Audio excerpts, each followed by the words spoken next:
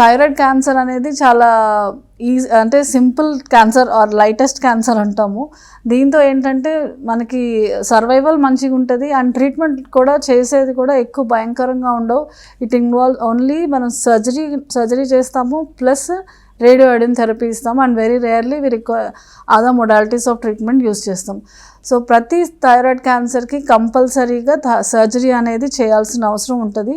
So మెయిన్గా మనం surgery చేసి తీసేయాల్సింది థైరాయిడ్ గ్లాండ్ మొత్తాన్ని తీసేస్తాము. ప్లస్ ఆ పక్కకి థైరాయిడ్ క్యాన్సర్లో మనకి థైరాయిడ్ గ్లాండ్లో ఉంటుంది క్యాన్సర్, ప్లస్ పక్కకి లింఫ్ నోడ్స్ అని ఉంటాయి.